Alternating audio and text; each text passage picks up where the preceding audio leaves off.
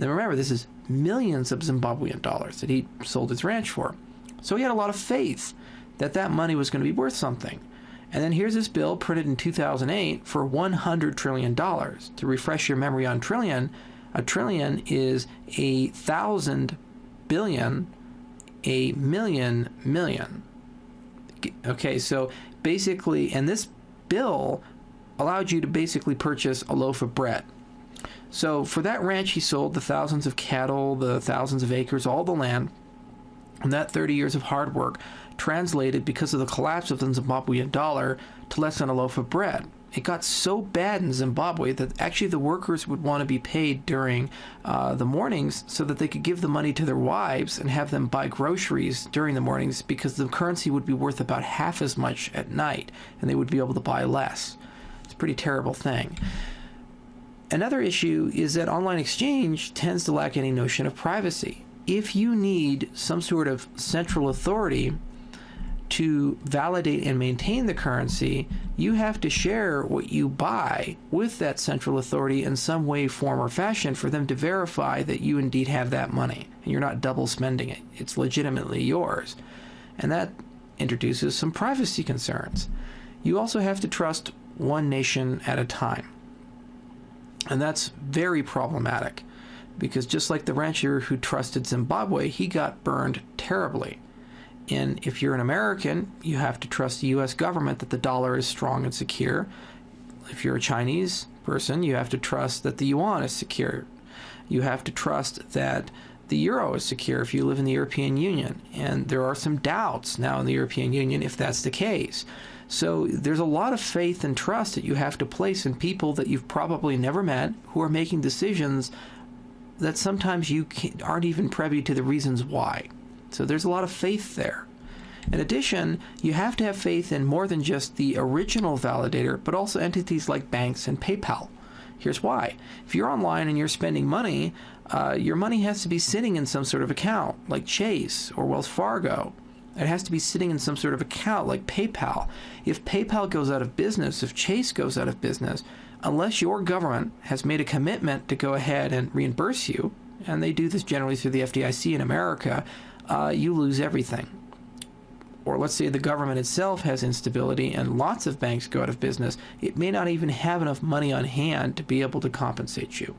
So you have to have a lot of faith. You have to have faith in the entities that do business with the government, banks and PayPal, for example. Then you have to trust the nation that you have the money in, and then you have to surrender your privacy.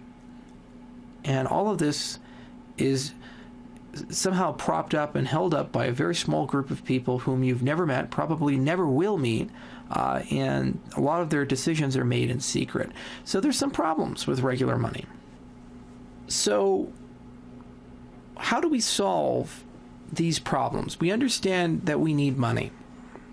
We understand why money is important. We understand why money can have value, but then we also acknowledge that money has these foundational flaws. It has these privacy flaws. It has a lot of faith attached to it. You're relying on people you've never met and you know nothing about to make decisions in your best interest. And some of these people belong to other governments. Some of these people probably don't have your best interest at heart. So a gentleman named Satoshi Nakamoto, and it's actually a pen name, we don't know who he really is, sat down and thought very, very deeply for a long time. And he's thought about, how do I build a new type of money that has very few of the problems of old money and allows us to spend money in an anonymous way, as anonymous as cash, without any government manipulating it, without any government touching it. And how do we do this in a way that no one entity or person can control it? And he wrote this paper back in 2009, and he published it anonymously, which is really an amazing thing, an anonymous currency created by an anonymous person under a Japanese pseudonym. And he developed the Bitcoin. So basically what the Bitcoin does is it takes that central authority, and in the case of the US dollar, that would be the Federal Reserve System, and it completely removes it. And instead says, we're going to construct a peer-to-peer system. And we're going to replace that middleman with an open-sourced set of algorithms that everybody knows, that everybody can understand if they have the technical expertise, and they're absolute in their focus. So no one entity or party can manipulate them. And if everybody who uses the currency agrees to these sets of algorithms, they become basically as good as the Federal Reserve System.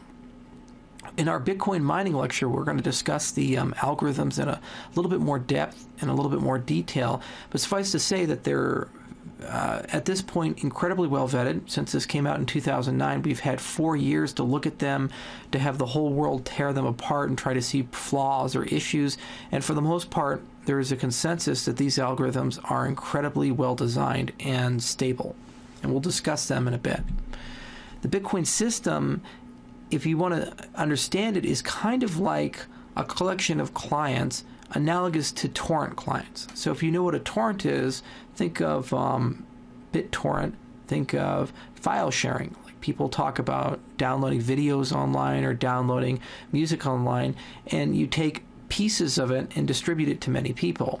So basically what the Bitcoin is like is it's this distributed network where at any time that master file, which is a record of every transaction ever made and who owns what inside the system, is owned by every single client. So unlike the US dollar, where I only know about how many dollars I have, and maybe if I'm good at looking online, I can kind of look at how many dollars are in circulation, the Bitcoin keeps a record of every transaction ever made. So where the money went into which accounts. Of course, the first question you'll ask is, say, well, wait a minute, isn't this supposed to be anonymous? Isn't this supposed to be something that nobody knows my identity? Absolutely. Accounts are anonymous. What the accounts are, they use this thing called a public key, which is a cryptographic term which I won't define right now, but it suffices to say the same way that Satoshi Nakamoto was able to publish a paper but keep his identity anonymous, you're able to use your account to receive Bitcoins and send Bitcoins, but it's not attached to personally identifiable information. So nobody knows who you are, but you're able to pay for things using that account.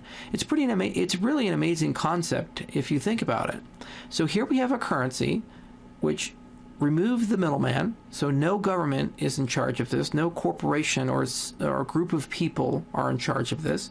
We have a set of rules that everybody who uses this as a currency has agreed to follow, and they can't not follow it. It's enforced. And then we have taken something similar to how torrents work, and we've gone ahead and taken all the money in the entire ecosystem, all the transactions in the ecosystem, and everybody knows about them. And as a result of that knowledge, it's nearly impossible to defraud the system. It's pretty amazing. And while doing all of this, we've been able to build something that allows you to be anonymous. When someone wishes to spend a Bitcoin, all you have to do is use a secret key that's associated with that public key that's your address and send it to someone else's account. You click a button. It's very similar to sending an email. We're going to have an entire lecture on receiving Bitcoins and spending Bitcoins to help you better understand this, because this is going to require a little bit of time. But suffices to say, sending a Bitcoin to somebody is as simple as sending an email. So it's completely anonymous for the most part. It is entirely transparent.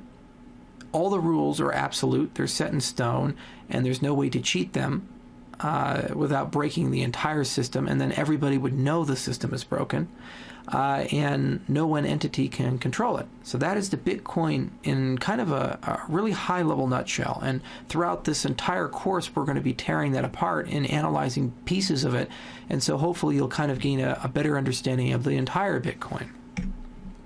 So why is the Bitcoin special besides the things that I've mentioned? Well, first, one of the things that Satoshi decided to do, unlike conventional currencies, which suffer from inflation, meaning they become less valuable over time, Satoshi decided to fix the maximum amount of Bitcoins possible. What he did is he said, the maximum circulation is going to be 21 million coins. So what happens is, when we first created the currency back in 2009, we created lots of coins, and it's called Bitcoin mining. That's how coins are constructed. In Lecture 4, we're going to talk about that.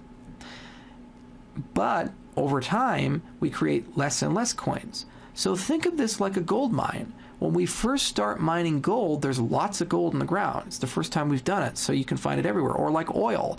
When we first started drilling oil in Spindletop and other areas, it was 20 feet down. It spurred out of the ground.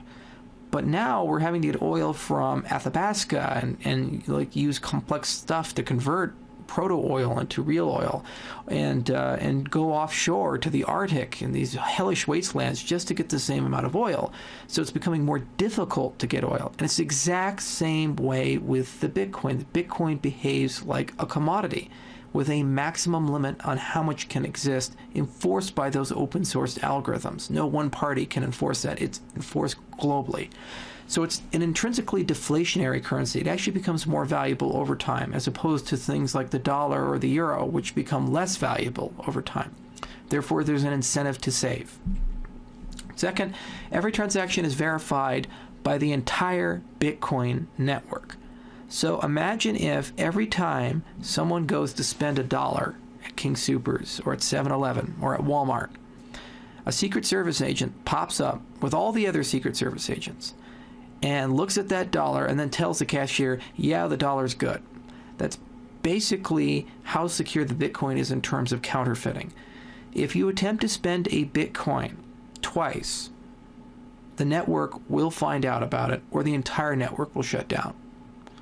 It's actually kind of an amazing piece of technology to be able to do that. It solved a very old distributed computing problem involving distributed databases and timestamps. And Satoshi used this thing called hash cache and a proof of work to do so. It's absolutely phenomenal. And we'll discuss this in much more detail when I discuss Bitcoin mining and how Bitcoin mining works. But for the time being, just understand that counterfeiting Bitcoins is mathematically almost impossible.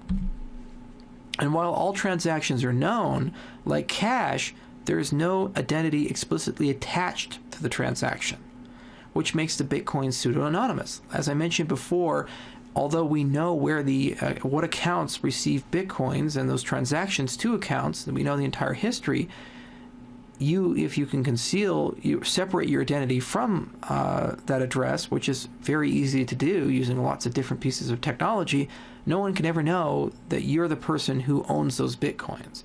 And just like if you put a mask over your face when you go to Walmart and you buy something, even though they have you on camera, they don't know it's you. So it's as anonymous as you're probably going to get online for purchasing things. Due to their decentralized nature, another thing that makes Bitcoins very special is no one government can effectively regulate or control the Bitcoin. It would require the consent of the entire internet. So let's say China says the Bitcoin is a threat to our regime, and therefore we're going to ban people from using the Bitcoin, and we're going to block it. Well, the Chinese government can try to do that. They can legislate it, but it would be like going to Mexico and saying drug trafficking is illegal, or to Colombia and say it's illegal to grow cocaine. You can say that. It's not going to change anything. You can't legislate the Bitcoin out of existence. You can't regulate the Bitcoin out of existence. It's completely decentralized, and it would require every actor on the internet to reach a consensus that they will follow that. And for the most part, that is physically impossible to do.